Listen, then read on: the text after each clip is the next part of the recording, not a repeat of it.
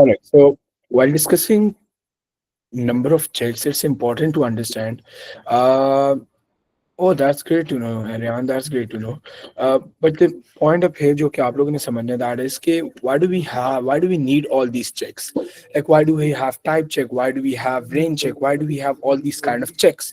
So you need to understand कि Saifullah, when you said कि you find type check a bit difficult, it's important to understand कि इसको करने का मकसद क्या है. The main reason behind why we have a type check is that, for instance, if we create a program where we expect a candidate or to input maybe only numbers. So we expect them to enter integers. So you know what integers are, right? It's any real whole number like 0, 1, 2, 3, 4, 5. But what if they kind of come up and input as a or a b? Now a or a b is something which the computer does not recognize at this moment because it only allows integers. Now how does the computer at this moment realize कि इस बंदे ने alphabet input किया rather than some sort of an integer, and create a error code and फिर output कर देते हैं telling the person that you have done this incorrectly, so you should kind of retell us the real number. For that, what we have is, we call this check something known as type check. We kind of check the type. Why? Because like integers 1 to 3 is basically a type, and इस type का क्या नाम है? It's integer. And AB is again a different type of like maybe alphabets, so or characters, whatever you tend to call them. But we do have these multiple different sort of types. अब उसके लिए हम करते ही हैं कि हम सबसे पहले ये assume कर लेते हैं, let's say कि we are going to be checking the type only for integer values. So you will be given a question in the exams usually stating stuff like maybe you're inputting a 5-digit value number to the specific algorithm, and then you need to ensure कि वो integer रहे. So how do you ensure कि वो integer रहे? उसके लिए करना ये है कि let's say for instance I input two of those number, I input a number 1, then I input number 2, and then उसके बाद मैं करते ही हूँ या सॉरी. सो उसके लिए मैं करते ही हूँ कि मैंने दो नंबर्स इनपुट कर दिए. से the moment I input those two numbers, मैंने उनका एक लेट से बल्कि ये तो मैंने कोड कहाँ से स्टार्ट किया है, ओके यहाँ से हुआ. सो फॉर इंस्टेंस अगर मैं यहाँ पे वो कर रहा हूँ, ये एग्जांपल है कि अगर मैं इनपुट ले रहा हूँ कि यार आपके कितने भाई हैं, तो कितने भाई कितने होंगे आप मुझे बताओ. What do you expect this count to be? It needs to be something like an integer, right? कि मतलब एक भाई है, दो भाई है, तीन भाई है, ऐसे थोड़ी हो सकते है कि कोई इसमें ये लिख दे the letter B, right? So if a person inputs the letter B, we need to ensure कि कोई एरर पोस्ट किया जाए. For that what we are gonna be doing is कि हम सबसे पहले कर देते कि यार आउटपुट करो. Why is the screen stuck? By the way, let me reshare it. Screen stuck होगी. Hmm. Yeah, I get it. वो मैंने हटा दिया. स्क्रीन जरा हो गई थी, एक जगह पे स्टक हो गई थी. Now can you guys see this? Is this bro count वाला ही पेज है ना, ब्रो काउंट वाला?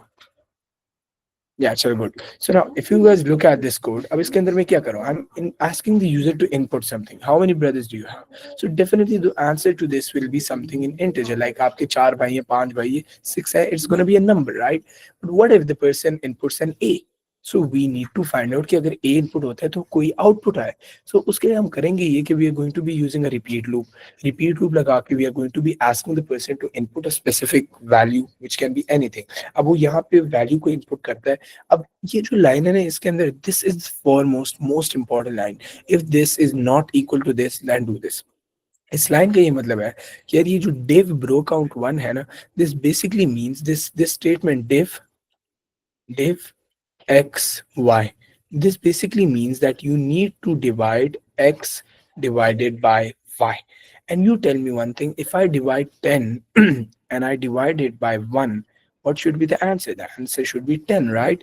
But what if I say कि a को आप divide करो by 1? So can you divide a with 1? No, it's gonna give an error. So that is the main mechanism जो हम यहाँ पे use करें. We say कि आप कोई value को input करना, मैंने bro count use किया, it can be a number anything, and then you say कि like अगर मेरा वो value which for instance is 10, if 10 is not equal to 10 divided by 1, 10 divided by 1 क्या होता है? It's 10, right? But अगर for instance वो equal नहीं आता थे, वो जो कि इस तरह सूरत में हो सकता है कि if I divide a with 1, I will be getting an error. तो यहाँ पे आ जाएगा error, which means कि 10 is not equal to error, right? तो फिर आपने आउटपुट कर देना कि this must be a whole number, please re-enter, and फिर end if होगा, and उधर में until ये तब तक ये कंटिन्यू होगा, तब तक ये कंटिन्यू होगा जब तक मेरा जो ब्रो काउंट है ना वो अगर यहाँ पे 10 है, तो if I divide that bro count by 1, तो that is ऑल्सो 10। सो ये जब तक सेम ना हो तब तक ये रिपीट होगा, and this is all you need to know about type check. Now जल्दी से सैफुल्लाह मुझे बताओ, इज दिस क्लियर नाउ और नॉट?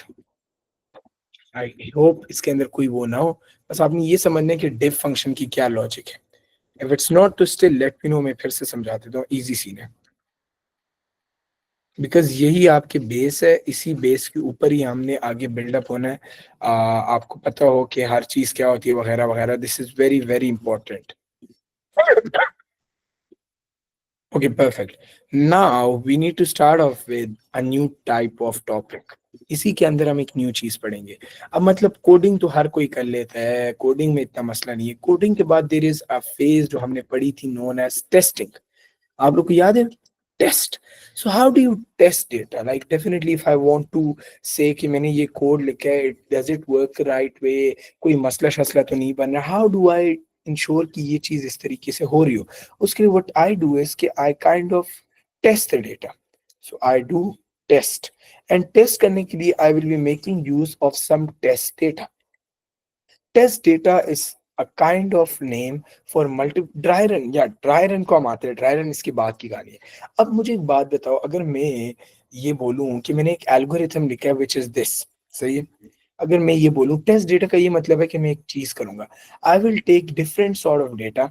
मैं बोल दूंगा कि okay I will take correct data, सही है। मैं कोई इस तरह का डेटा ले लूं जो कि शायद कोई एरर देना चाहे, या फिर कोई इस तरह का डेटा ले लूं जो कि बिल्कुल एक्सट्रीम हो। इस तरीके से मैं मल्टीपल सेट्स ऑफ डेटा लेता हूँ, एंड मैं उस एल्गोरिथम पे टेस्ट करता हूँ कि यार अगर मैं गलत डेटा उसको दे रहा हूँ तो क्या वो गलत आंसर मुझे दे रहा है या नहीं। It should give me a wrong answer. गलत को उसने सही बोल दिया तो आपका मसला हो जाएगा। लाइक फॉर इंस्टेंस, अभी मैं आप लोग के साथ एक एग्जांपल इसके डिस्कस करता हूँ। एग्जांपल ये कि फॉर इंस्टेंस अगर मैं एक कोड लिखता हूँ कि input input num1 and then I say input num2 and then finally I say sum के अंदर हम डाल देते हैं num1 plus num2, and then I output the variable sum. अभी मैंने क्या किया? If you look at this, आपको एक आइडिया हो जाएगा कि मैंने दो नंबर्स इनपुट किए, जो कि इस सूरत में आपके ख्याल में से what does the computer expect, हम क्या इनपुट कर रहे हैं? We are inputting integers, right? We are kind of inputting integers क्योंकि नंबर्स हैं। सो कंप्यूटर एक्सपेक्ट करे कि हम इनपुट इंटीजर्स इनपुट करेंगे, एंड हम उन दोनों को ऐड करेंगे जो कि सिर्फ नंबर्स के ऊपर ही एडिशन हो सकती है, और फिर उसको हम आउटपुट करेंगे। अब टेस्ट डेटा का मतलब ये कि अगर मैंने ये कोड लिख दिया ना, अब इसको मैं टेस्ट करता हूँ। एक दफा मैं इस तरह करता हूँ कि यार तुम एक काम करो, ये कोड जो मैंने रन किया ना, इसको अगर मैं थोड़ा सा और कॉम्प्लेक्स बना लूं कि आई नीड टू इंश्योर कि ओनली जो नंबर टू है ना, number two, this needs to be only positive. मतलब आप इस तरह का कोड लिखो जिसके अंदर जो आपका नंबर टू होगा ना, num two, this needs to be positive. अब इसके लिए मैं कोड कैसे चलाऊंगा? उसके लिए मैं ये करूंगा, मैं कर दूंगा रिपीट, रिपीट लूप में लगा दूंगा। रिपीट के अंदर मैं डाल दूंगा इनपुट नम टू। सही, ये अब आपकी वही चेक्स वाली बात आ रही है। इस तरह के आपके 50 मार्कर के अंदर कोड आते हैं। अब इनपुट नम टू है, अब मैं क्या चेक करूंगा?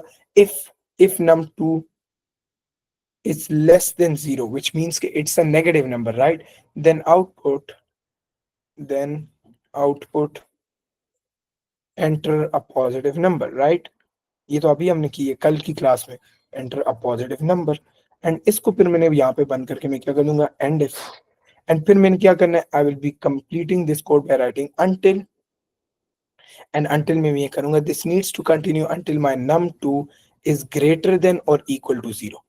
तो मतलब कोड का मतलब ये कि अगर कोड में हम रिपीट करेंगे, एक नंबर का हम लेंगे, अगर वो नंबर 0 से कम हो गया, which means it's a negative number, right? अगर मैं यहाँ पे कमेंट डालूं जो कि आप लोगों ने डालने हैं, तो दिस लाइन मीन्स कि इफ वैल्यू इज नेगेटिव। तो अगर मैं ये कोड इस तरीके से चलाऊं कि if value is negative, and num two के अंदर हम इसको इस तरह लेने कि if num two is less than 0, which means कि द वैल्यू इज नेगेटिव, फिर आप लोगों ने एक कोड आउटपुट कर देना है टेलिंग देम कि enter a positive number. And फिर आपने इसको कंटिन्यू तब तक रखना है कि आपका नंबर 2 इज ग्रेटर देन और equal to 0, which means value is positive, right? So this is basically the whole ideology behind test data। अब इसके अंदर मैं अगर ये करूँ, if I want to code, तो मैंने रन कर लिख दिया, अब इसको मैंने टेस्ट करना है। टेस्ट मैं इस तरह करता हूँ कि एक दफा मैं ये करता हूँ, I will take different sets of data.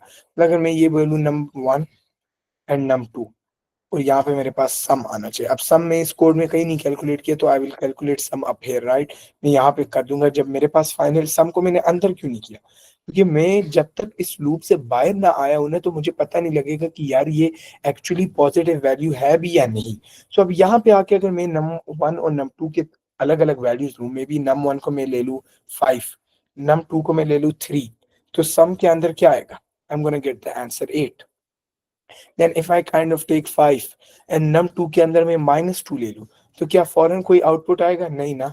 It's gonna tell me कि num2 पॉजिटिव नहीं है, इज नॉट पॉजिटिव, या फिर बोल देगा enter a positive value for number 2, तो मुझे एक एरर दे देगा।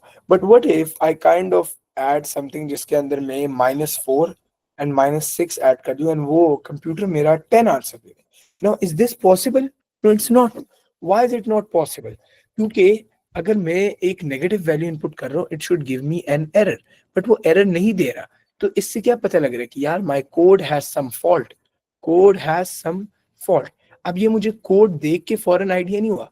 मुझे कैसे आइडिया हुआ? मैंने इंश्योर किया कि यार मैं कोई सेट डेटा को इसके अंदर इनपुट करता हूँ, जिससे शायद मुझे ना आइडिया हो जाए कि ये बंदा किस चीज के बारे में बात करना चाह रहा है, क्या उसके वो मेन पर्पस है एंड स्टफ लाइक दैट। सही है। तो वो हमारा वो इसके पीछे बेसिक आइडियोलॉजी है कि हम ये नंबर्स इनपुट करें, वी आर चेकिंग कोई एरर तो नहीं दे रहा, वगैरह वगैरह वगैरह वगैरह। अब हमारे पास ये जो हमने देखे, आप लोग इसमें, अब हम एक चीज देख रहे हैं, अब इसमें हमने गलत वैल्यूज इनपुट की, हमारे पास आंसर गलत है। अब ये तो हमें इस तरह पता लगे कि आंसर गलत है, बट हमने ये भी तो देखना है कि ये तो चलो अगर कोई वैल्यू से ही मैंने, लाइक फॉर इंस्टेंस उस दिन मैं यूनिवर्सिटी में एक कोड लिख रहा था जिसके अंदर होता ही है कि जो हम एंड स्टेटमेंट यूज करते हैं ना, एंड स्टेटमेंट के लिए सी प्लस प्लस में you need to make this sign, सही है, ये वाला। But what I did was I made use of this sign. Ab now when I executed the code, it was giving me the correct answer. But मैंने value change करके जब किया ना, तो my answer was wrong. तो मुझे ये पता लग गया कि यार कोई मसला है, क्योंकि आंसर सही आना चाहिए, गलत नहीं आना चाहिए। क्या मसला हुआ? वही हुआ कि यार मैंने ये डाला था rather than doing it twice, जिसकी वजह से मेरा मसला बन गया।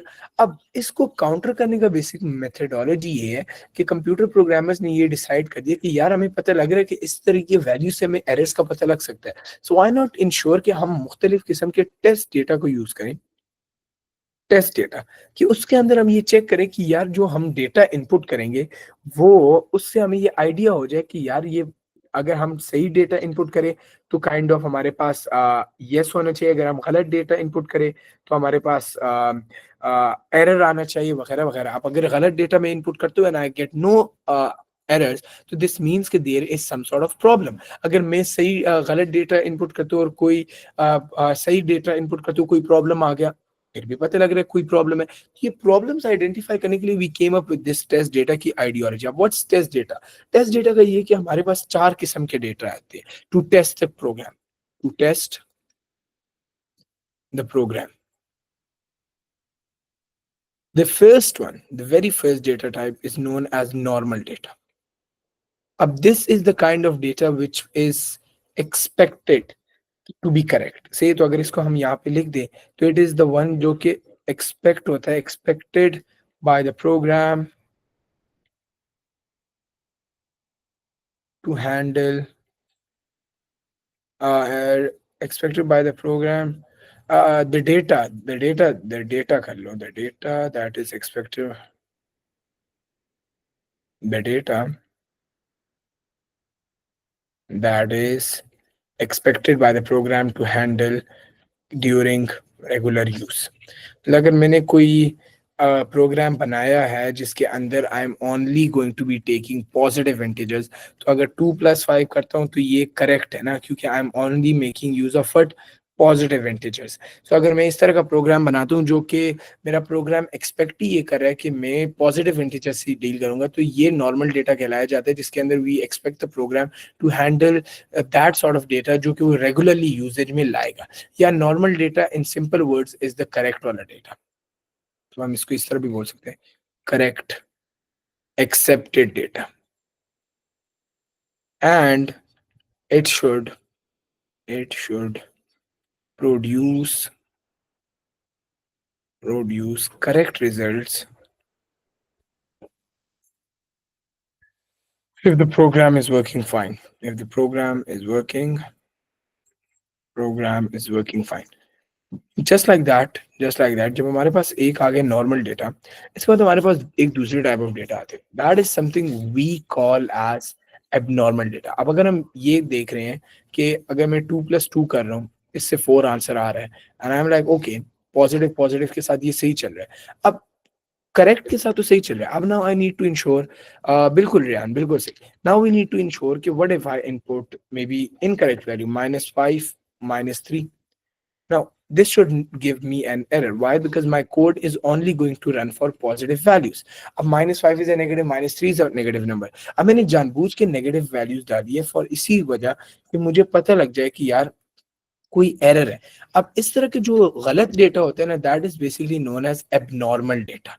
सो it is known as abnormal, abnormal, या फिर इसको एनर्मस, एरोनियस भी बोलते हैं, एरोनियस, एरोनियस डेटा। अब एबनॉर्मल हो गई या एरोनियस डेटा, ये क्या चीज है? It is the kind of data data that should not be accepted by the computer program, that should not be accepted. And why? Because it is invalid, because it is invalid। And उसके बाद ये कि because it is invalid के बाद मैं ये बात बोलूंगा कि अगर कोई डेटा आ रहा है जो कि प्रॉपरली मतलब जो कि एक्सेप्ट नहीं होना चाहिए, तो इसको करने का मकसद क्या है? It is for the fact कि हम टेस्ट कर सके, तो हम बोलते हैं it is use to test whether the program, whether the program rejects and handles errors properly। मतलब प्रॉपरली एरर्स को अगर हैंडल करना हो ना हमने, तो हम ये इंश्योर करते हैं no, abnormal is not the one that exceeds the range, abnormal is anything, या काइंड ऑफ यू कैन से exceeds the range पे मैं आता हूँ, it is kind of that data जो कि एक्सेप्टेबल नहीं है। अगर मैं ये बोलूँ कि आपने एक वैल्यू इनपुट करनी है, फॉर इंस्टेंस अब रेयान ने रेंज की बात कर ही ली, तो अगर हम एक क्वेश्चन बना ले कि भाई you need to enter values between 0 to 100, this is the acceptable range, acceptable range। So anything between 0 to 100 is normal data, the one जिसको accept किया जा सकता है, that is normal data। So मतलब अगर मैं यहाँ पे माइनस एनीथिंग डाल दूँ, -76, that is going to be rejected. And यहाँ पे अगर मैं 146 भी डाल दूँ, anything greater than 100 is going to be rejected. So all those data जो कि एक्सेप्टेबल हो, that is normal data.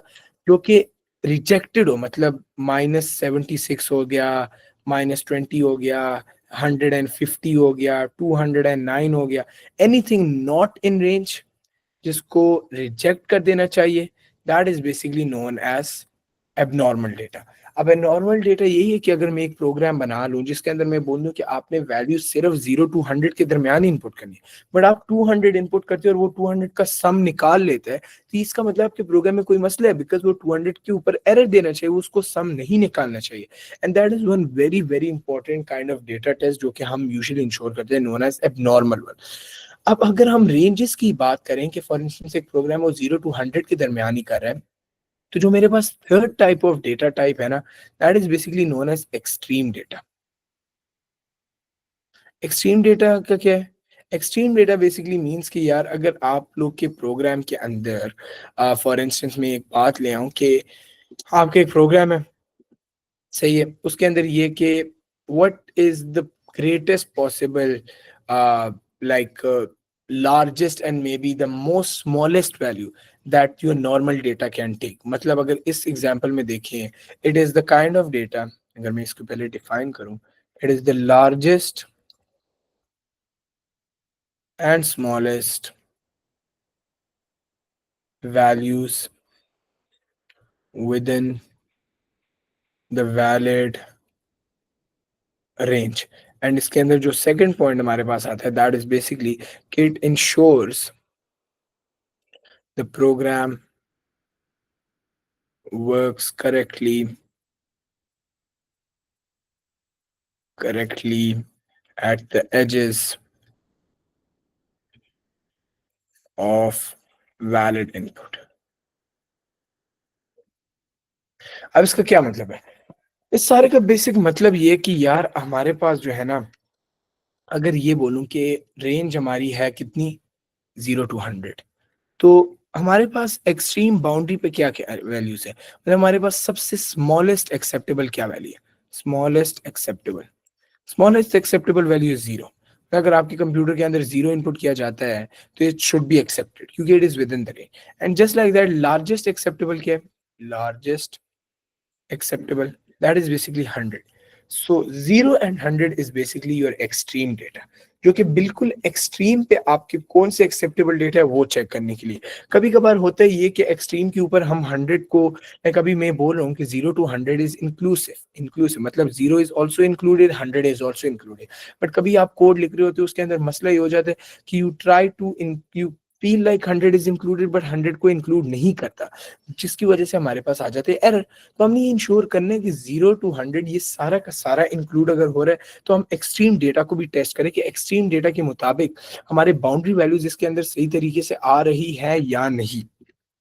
But extreme data का ना एक और टाइप भी है, टाइप बोल सकते हैं, या इसी तरीके से एक्सट्रीम डेटा जैसे एक और चीज भी है, इसको हम बेसिकली बोलते हैं बाउंड्री डेटा। अब बाउंड्री डेटा क्या है? बाउंड्री डेटा वो डेटा होता है जो कि आपके एग्जैक्ट बाउंड्रीज पे होते हैं, जस्ट लाइक एक्सट्रीम डेटा, लेकिन इसमें एक माइन्यूट चीज होती है। एंड द डिफरेंस इज कि it is basically the values values just inside and outside the valid range, inside the valid range, and it is basically used to test the test the program if it correctly distinguishes between valid and invalid inputs। मतलब इस बात का ये है कि अगर मैं ये बोलूं कि हमारे पास बाउंड्री डेटा का ये मतलब है कि अगर इस एग्जांपल में मैं बाउंड्री को देखूं तो आपको पता लग रहा है हमारे पास बाउंड्री आ रही है 0 and 100। बट अब हम ये कर लेते हैं कि 0 भी है हमारे पास और एक हमारे पास 100 भी है। तो अगर 100 और 0 को देखा जाए तो हमारे पास इस बाउंड्री के ऊपर अगर देखें ना, तो we also have -1 and 0। so ये काइंड ऑफ, एंड मतलब यहाँ पे हम ये बोल सकते हैं कि वी हैव 100 and 101। तो हमें ये इंश्योर करना चाहिए क्योंकि वो उसके साथ बिल्कुल टच, बिल्कुल रेहान, -1 and 100 नहीं, -1 0 and 100 के साथ 101।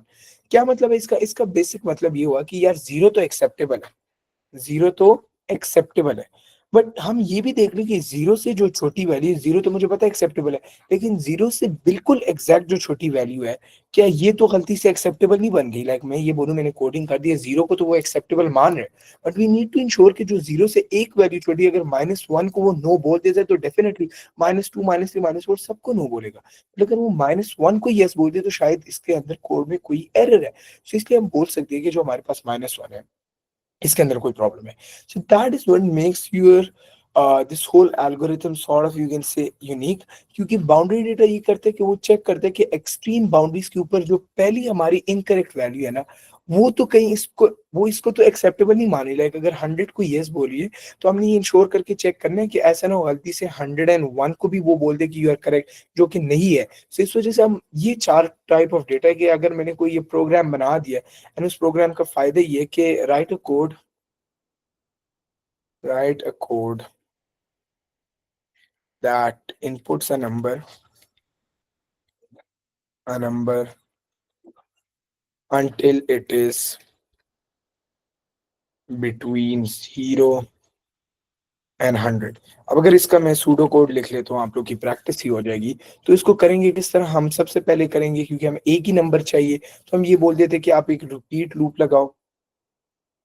उस रिपीट लूप के अंदर आप लोगों ने क्या करना है, आप लोग आउटपुट कर दो, enter a num between 0 and 100। And फिर आपने क्या कर देना है, आप लोगों ने ले लेना है एक इनपुट, से input num, and then you check whether this num is between this value or not। So you say if num is greater than, if num is, for instance, less than zero, और और मतलब या ये भी true हो या फिर your number is greater than 100, तो आइदर वे इनमें से कोई भी चीज ट्रू हो जाए, ये हो जाए या ये हो जाए, देन आपने क्या कर देना है, you need to just output your number is out of range, close double quotation marks, and if, and यहाँ पे आपने आप कर देना है कि ये तब तक चले जब तक until your number is greater than or equal to zero, and at the same time number is less then और इक्वल टू 100। अब आपके जहन में एक बात आएगी कि सर यहाँ पे आपने एंड यूज कर दिया, यहाँ पे और कर दिया, इसके पीछे लॉजिक ये कि भाई अगर यहाँ पे मैं और कर दूं ना, and I let's say input something like 160, now 160 is greater than zero, but 160 greater than zero में शायद ये बोल दे कि देर इज, अब ये प्रॉब्लम होते हैं कि शायद आपने अब कोड लिख दिया हो, अगर आप इसको टेस्ट ना करें विद डेटा, अगर आप इस कोड को अभी टेस्ट ना करो, तो the biggest problem which you are gonna be facing is, यहाँ पे अगर कोई और लिख देता है, लेट्स से आप लोगों में से कोई कोडिंग करे, उसने यहाँ पे गलती से और लिख दिया, नाउ लेट्स से हम इनपुट करें इसके अंदर the value 175, now you tell me 175 should be rejected, it is what, it is a abnormal kind of data, abnormal, लेकिन अभी हम ये चेक करेंगे क्या ये कोड सही से रन होगा, do we get an error और नॉट, अगर एरर नहीं आता तो we should basically output num, मतलब अगर हमारे पास सक्सेसफुली वही नंबर आउटपुट हो जाता है जो हमने इनिशियली इनपुट किया है, तो इसका मतलब है कि आपका कोड सही से चल रहा है। अगर मैं 175 को लूं तो इस कोड को अभी रन करते हैं। सबसे पहले मेरी स्क्रीन पे आया output and number between number, मैंने इनपुट किया नंबर 175, अब वो बोल रहा है if number is less than zero, if number is less than 0, is it less than 0, no, okay, this fails, or the num is greater than 100, num is definitely greater than 100, तो इसका मतलब है condition true होगी, मेरे screen के ऊपर आ गया output your num is out of range, screen के ऊपर प्रिंट होगी, बट इसके बाद जब ये लूप से एग्जिट करने की बारी आई ना, तो उधर आगे until your number is greater than zero और लेस देन 100, तो it is greater than zero, और का ये मतलब है या ये कंडीशन ट्रू हो या फिर ये कंडीशन ट्रू हो, इनमें से एक भी ट्रू हो जाए तो आप आगे एग्जीक्यूट करो। तो अगर हम देखें until num is greater than zero, तो हम देख रहे 175 is definitely greater than zero, so हम लूप से भी निकल गए, एंड फिर हमारी स्क्रीन के ऊपर 175 फिर भी प्रिंट हो गया, तो हमारे पास पहले आया out of range, but you see we did not get the option to re-enter the value, rather we just got 175 on the screen। अब ये हमें पता लग गया भाई कंप्यूटर के अंदर कोई मसला है, कोई कोड में मसला है, वरना हमें ऑप्शन आ जानी चाहिए थी कि आप एंटर करो फिर से, जो कि हमें नहीं मिली। अब इसको हल करने का तरीका ये है कि हम यहाँ पे करेंगे क्या, हम यहाँ पे चेक करेंगे कोड की, कोड में कहाँ मसला किया, जब आप ऊपर से कोड को देखोगे आपको एनालाइज होगा कि हमने मसला यहाँ पे किया, यहाँ पे और नहीं चलेगा, यहाँ पे एंड लगेगा कि यार आपका कोड अगर जीरो से बड़ा भी हो ना, तो आपकी वैल्यू ऐसी ना हो कि वो 100 से बड़ी हो, 100 से छोटी और जीरो से बड़ी होनी चाहिए, इसलिए हम यहाँ पे एंड लगा लेंगे। तो एंड और को ये आगे आप लोग को, वैसे अभी तो इंग्लिश वाले एंड और है, लेकिन these are basically logic gates, तो ये चैप्टर 10 में हम पढ़ेंगे, उससे पहले भी इंशाल्लाह चैप्टर 8 में भी थोड़े से ऑपरेटर्स पढ़ जाएंगे, लॉजिकल ऑपरेटर्स, तो अच्छे से आपको समझ आ जाएगी। तो ये एंड और बिल्कुल बुलियन वाले एंड और वाली ये बात से हमें पता लग गया कि यार अगर इसमें अब मैं 175 इनपुट करूँ ना, तो यहाँ पे आउटपुट हो जाएगा फिर बोले until num is greater than zero, okay it is greater than zero, but it is saying and num is less than 100, but this is not true. So इसका ये मतलब है कि इन दोनों में से एक ट्रू नहीं हुई, तो इट्स गोइंग टू रिपीट, फिर ऊपर बोलेगा enter a number again, so it's gonna work properly. This is the main reason why we basically make use of this test data, ताकि वी काइंड ऑफ इंश्योर के problem को अच्छे से solve किया जा सके। We have 6 minutes left. Sir, what's the rule behind starting a new line and leaving spaces when writing pseudocode? Okay, good question. इसको हमने थोड़ा सा पहले भी बताया था, but you always basically there is no set rule. सही है, it's not kind of कोई set rule, but you always leave a blank when something is happening under something. Like अगर मैं ये बोलूँ कि repeat आपने कोई चीज करनी है, repeat, तो अगर ये रिपीट के अंदर कोई चीज, ऑल दैट स्टफ जो आप रिपीट करना चाहते हो ना, उसको आपने थोड़ा से ब्लैंक छोड़ के करना है। फिर उसके बाद अगर हम यहाँ पे बोल देना कि if x is greater than y, then आप कोई चीज करो ना, लाइक अगर x y से ग्रेटर हो जाती है तो इसका मतलब है कि you need to do something.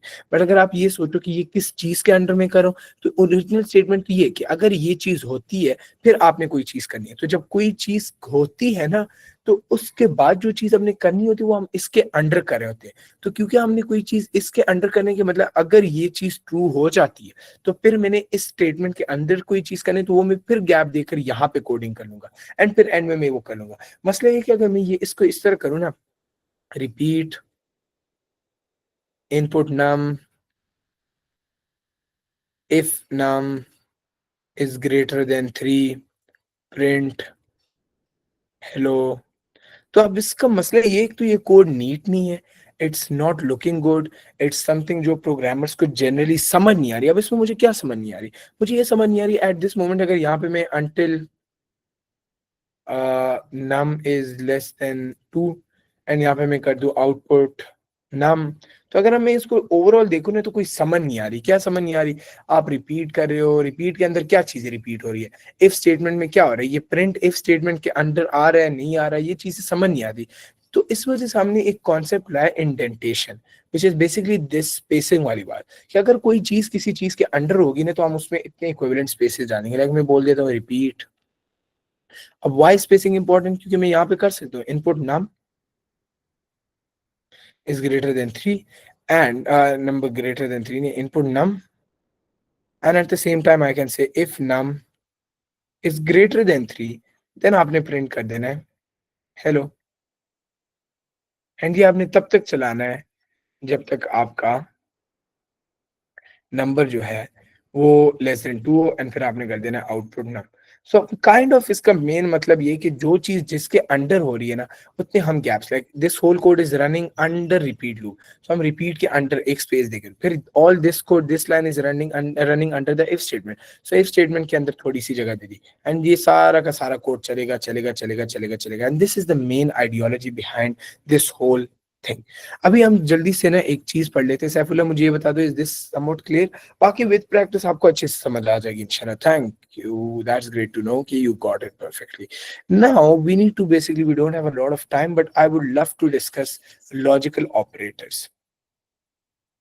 Logical operators, अब लॉजिकल ऑपरेटर्स ये एंड और वाली बात थी, इसके अंदर हमारे पास ना जो मेन सारे ऑपरेटर्स है वो हम सारे के सारे पढ़ेंगे चैप्टर 10 में लॉजिक गेट से। बट अभी के लिए मैं आपको कुछ बता देता हूँ जो कि हम यूजुअली चैप्टर 7 8 में यूजुअली यूज करेंगे। The common operators are basically and, और and not. These are three kind of logical operators जो हमारे सूडो कोड के पर्सपेक्टिव में बड़े यूज होते हैं। यहाँ पे लिख देता हूँ सूडो कोड। इन तीनों का मतलब क्या होगा ये अभी हम पढ़ेंगे। इसका मतलब ये होता है कि एंड स्टेटमेंट जब हम यूज करें ना, अगर इसके दरमियान में एक लाइन इस तरह बना लूं, यहाँ भी लाइन बना लेता हूँ, तो जो एंड ऑपरेटर है ना, एंड ऑपरेटर का मतलब ये है कि कंडीशंस, अगर मैं कोई कंडीशन मेक यूज कर रहा हूँ ना, तो both the conditions need to be true. Condition, camera on the, condition 1 and condition 2 both needs to be true, to be true. मतलब अगर इन दोनों कंडीशंस में कोई एक स्पेसिफिक चीज भी ट्रू नहीं होती ना, तो it's going to give me या इंशाल्लाह we will solve past papers. October November kiddos might not have a lot of time for past papers, उनको मैंने पहले से भी बताया हुआ है, वो होगा। Ahmad, we will be having a pretty course which is going to end till 15th October inshallah, so you do have like 15-20 days, उसके अंदर हम आराम से पास्ट पेपर्स ही डील कर रहे होंगे इंशाल्लाह। बट नाउ एंड ऑपरेटर के अंदर ये होता है हमारे पास दो कंडीशंस है, both needs to be true for something to happen, for something to happen। फिर हमारे पास एक चीज आ गई और के अंदर ये होता है कि इफ यू हैव कंडीशन 1, हाँ condition 1 and we have condition 2, even if one of them is true, if one of them is true, one of them is true, we are good to go. मतलब अगर आपके statement में एक भी true हो गई ना तो आपने वो चीज एग्जीक्यूट कर देनी है। अब एग्जाम्पल्स पे आते हैं। एग्जाम्पल ये कि अगर हम ये बोलें कि जो हमने ऊपर पढ़ा कि अगर आपका नंबर 0 से कम हुआ या 0 से 100 से बड़ा हुआ, सही है, 100, oh don't worry Ahmad, paper two की तो एक्सटेंसिव प्रैक्टिस वैसे भी करानी है, वो तो मैंने अक्टूबर नवंबर के वालों के लिए भी इंशाल्लाह मैंने पेपर टू तो दो तीन चार हमने करने इंशाल्लाह कि आप लोग को एक्चुअल कोडिंग का वो समझ आ जाए। उसके बाद जो एक्स्ट्रा टाइम होगा उसमें मई जून वालों के लिए इंशाल्लाह और भी क्लासेस होंगी, डोंट वरी। सो अभी हम ये देखो कि ये जो और स्टेटमेंट है, इस और स्टेटमेंट के यहाँ पे क्या रोल है। इसका मतलब ये कि अगर हमारे पास एक कंडीशन ये आ गई, कंडीशन क्या है, एक कंडीशन ये कि if number is less than 0, and दूसरी कंडीशन हमारे पास ये है कि if number is greater than 100। बोलना ये चाह रहा है कि अगर आपका ये वाली ट्रू हो गई, ट्रू का मतलब है कि if number is less than 0, तब भी आपने इस कोड को रन करना है।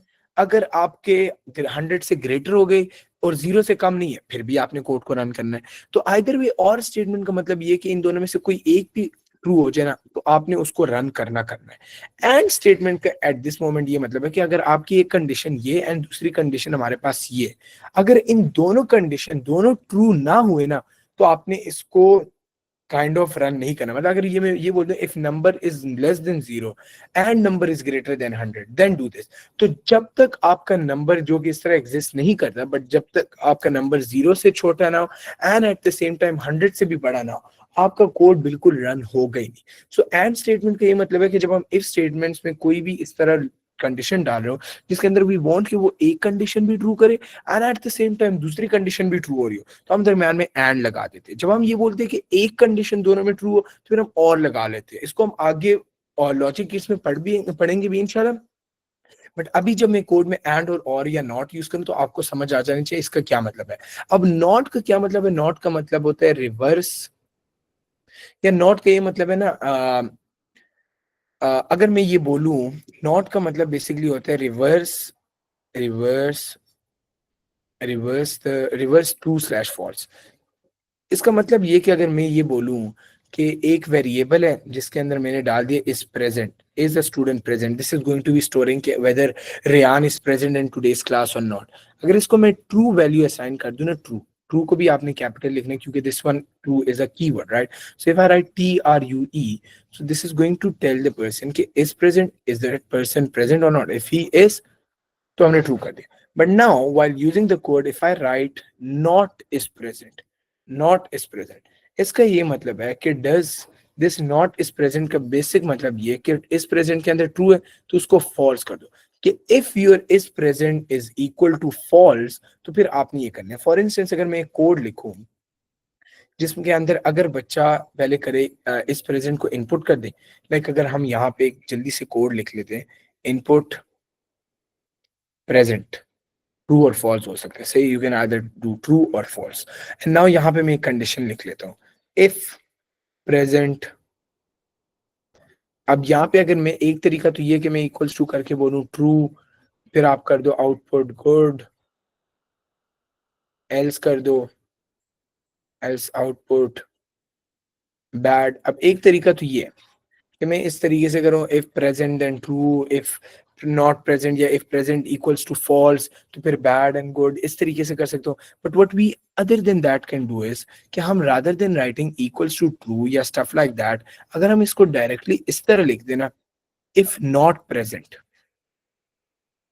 इफ नॉट प्रेजेंट, फिर आप आउटपुट कर दो बैड। तो इसका ये मतलब है कि यार जो आपके प्रेजेंट वाला वेरिएबल है ना, प्रेजेंट वेरिएबल जो कि हमारे पास ये वेरिएबल है प्रेजेंट, इसके अंदर अगर आप नॉट के साथ उसको मल्टीप्लाई कर दो ना, तो this basically this statement means the value false.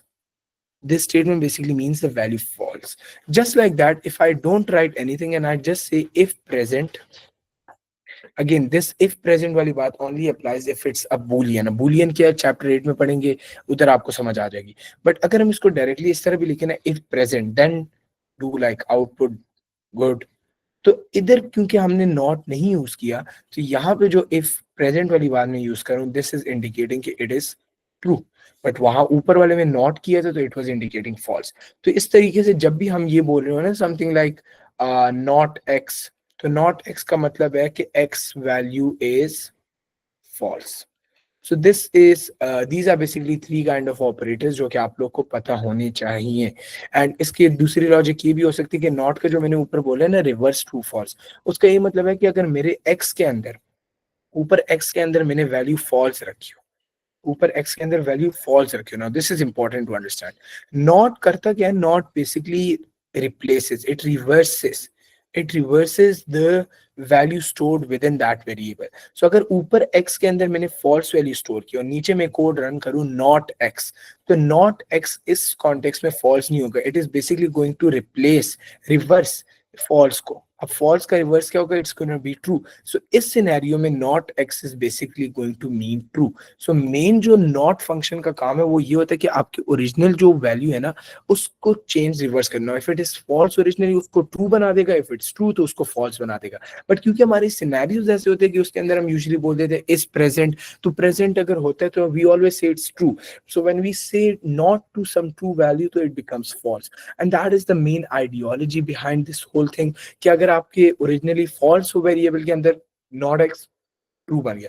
But if it's true originally, not that, becomes false. And that these are basically three kind of operators जो कि usually हम जब सूडो कोड को डील कर रहे होंगे ना तो उसमें आप लोग ये तीन वर्ड बार बार सुन रहे होंगे कि and this condition और this condition या not. तो ये तीन की लॉजिक भी आपको अच्छे से समझ आ जानी चाहिए. बाकी इसके जो डिटेल्स है, डिटेल्स आर इन चैप्टर 10. सो लिख भी लेता हूँ, डिटेल्स इन चैप्टर 10. बाकी I just came from interview. काफ़ी मैंने मल्टीपल इंटरव्यूज दिए हैं. सो लाइक मैं पिछले 3 घंटों से लगातार बात कर रहा हूँ बगैर पानी पिए हुए, 7 PM onwards till this moment. And so I feel like आप लोग के अगर कोई क्वेश्चंस हैं तो बता दो जल्दी. And is test data clear, is logical operators clear और नॉट, दोनों चीज़ें मुझे बताओ. परफेक्ट. मनाल, सैफुल्ला, एनी क्वेश्चंस, एनीथिंग जो आप लोग को पिछले पार्ट से अभी तक समझ नहीं आई, anything from the previous code. क्योंकि आप लोग के वो बेसिक्स वाले पार्ट है, अगर कोई भी जगह आपको इस तरह नहीं समझ आ रही तो डायरेक्टली पूछो. That's the whole purpose of these classes कि आपको समझ आए कौन से पार्ट आपको वीक है ताकि हम उसको समझ सके. कोड को समझोगे तो समझ आएगी, आप उसको याद नहीं कर सकते, ये जहन में रख लो. Format check okay. Manal, any questions या एनीथिंग फ्रॉम योर साइड जो आपको समझ ना आई हो तो मैं एक ही गो में सब समझा दूं.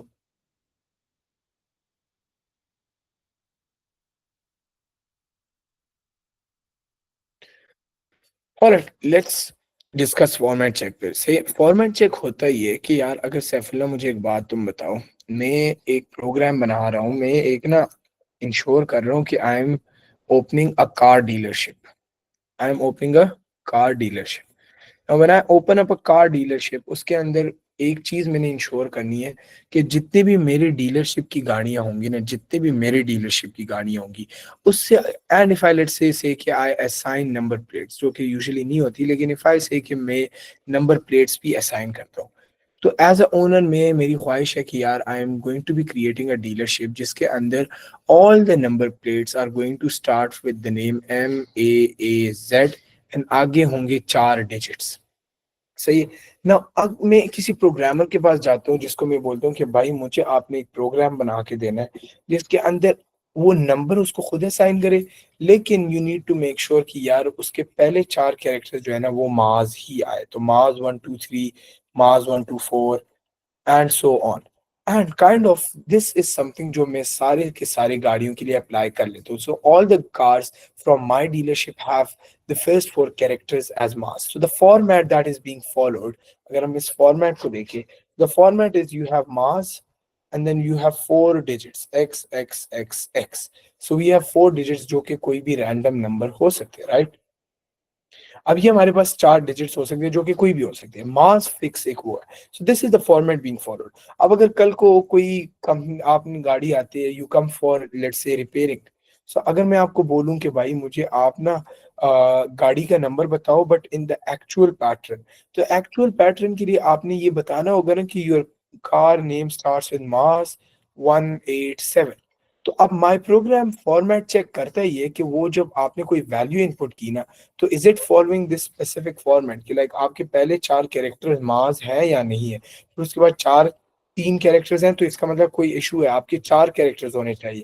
तो अगर यहाँ पे 6 आ जाता तो दिस मीन्स कि यार आपका फॉर्मेट वही ओरिजिनल जो हमने इश्यू किया था लोगों को, वही वाला फॉर्मेट है या नहीं? If it is that specific format तो गुड, इफ इट्स नॉट, जैसे मैंने अभी 187 कर दिया था रादर देन 186, मैंने 187 कर दिया था, now this is invalid. Why is it invalid?